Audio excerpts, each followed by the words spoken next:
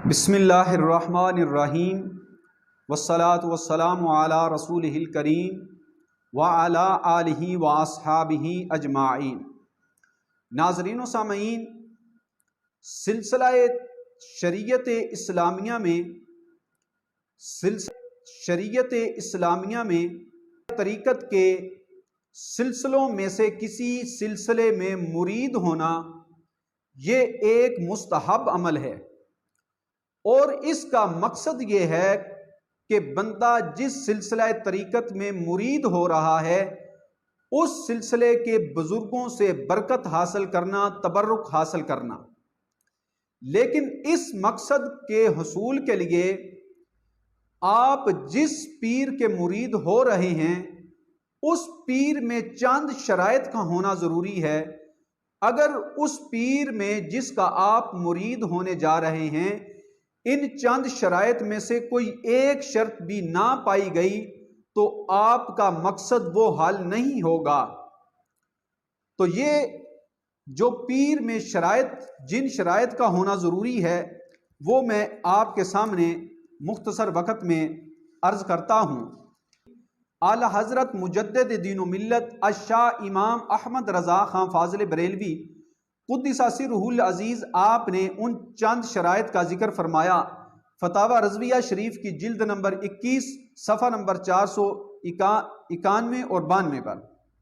اعلی حضرت لکھتے ہیں کہ بیعت لینے اور مسند ارشاد پر بیٹھنے کے لیے 4 شرطیں ضروری ہیں، یعنی جو بندہ مسند ارشاد پر بیٹھا ہے، جو بندہ لوگوں کو مرید کر رہا ہے، اس میں 4 شرطوں کا ہونا ضروری ہے۔ فرماتے ہیں پہلی شرط، ایک شرط یہ ہے کہ سنی صحیح العقیدہ ہو، اس لیے کہ بد مذہب دوزخ کے کتے ہیں اور بدترین مخلوق ہیں، جیسا کہ حدیث میں آیا ہے۔ یہ پہلی شرط ہے کہ پیر صحیح العقیدہ سنی ہو۔ اور دوسری شرط اعلی حضرت فرماتے ہیں دوسری شرط ضروری علم کا ہونا، اس لیے کہ بے علم خدا کو پہچان نہیں سکتا، یعنی پیر کے پاس اتنا علم ہونا ضروری ہے جس سے پیر اپنے روز مرہ کے مسائل خود کتاب و سنت سے اخذ کر سکے، ڈھونڈ لے۔ تیسرے نمبر پر فرماتے ہیں تیسری یہ کہ کبیرہ گناہوں سے پرہیز کرنا، اس لیے کہ فاسق کی توہین واجب ہے اور مرشد واجب التعظیم ہے۔ دونوں چیزیں کیسے اکٹھی ہوں گی؟ یعنی اگر جس کے ہاتھ پر آپ مرید ہونا چاہتے ہیں اگر وہ بندہ گناہ کبیرہ کا مرتکب ہے تو اس کی تو توہین واجب ہے، ایسا بندہ پیر بننے کے قابل نہیں ہے۔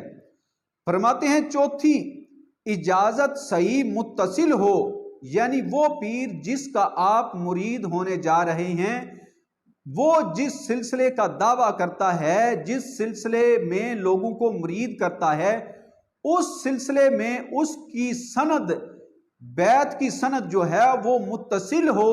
اکثر اس دور میں ایسے افراد ہیں جو لوگوں کو مرید کر رہے ہیں لیکن ان کو اس سلسلہ طریقت کے کسی بزرگ نے بیعت کی اجازت نہیں دی، یہ اپنے آپ سے بذات خود ہی یہ پیر بن بیٹھے ہیں۔ اس دور میں اکثر ایسے لوگ ہیں۔ تو پیر میں یہ 4 شرطیں ان کا ہونا ضروری ہے۔ پہلی شرط سنی صحیح العقیدہ ہو، دوسری شرط کے عالم دین ہو، تیسری شرط کے گناہ کبیرہ کا مرتکب نہ ہو، اور چوتھی شرط کہ اس کا سلسلہ بیعت کی سند وہ متصل ہو، اس میں انقطاع نہ ہو۔ تو پھر جس بندے میں یہ 4 شرطیں پائی جائیں اس بندے کا مرید ہونا، اس بندے کے مرید ہونے سے یہ بیعت تبرک یہ مقصد آپ کا حل ہوگا، ورنہ آپ کا مقصد حل نہیں ہوگا۔ اس بارے میں ایک بہت بڑے پیر حضرت سیدنا جنید بغدادی رحمت اللہ تعالی علیہ، ان کا فرمان بھی انتہائی اہم ہے، وہ بھی آپ سماعت فرمائیں۔ حضرت جنید بغدادی کے اس فرمان کو امام عبد الوہاب شارانی علیہ رحمہ نے اپنی کتاب تنبیہ المغترین میں اس کو نقل کیا ہے۔ فرماتے ہیں کہ حضرت جنید بغدادی نے فرمایا، آپ فرماتے تھے آسمان سے جو علم بھی اترا اور اللہ عز و جل نے نبی صلی اللہ علیہ وسلم کے علاوہ لوگوں کے لیے اس کی طرف راہ نکالی، اس میں میرا حصہ رکھا۔ آپ اپنے مریدوں سے فرماتے تھے اگر تم کسی شخص کو دیکھو کہ وہ فضا میں یعنی ہوا میں اڑتا ہے تو اس کی اقتداء نہ کرو، اس کے پیچھے نہ دوڑو، اس کی پیروی نہ کرو، حتیٰ کہ امر و نہی کے وقت اس کا کردار ملاحظہ کرو۔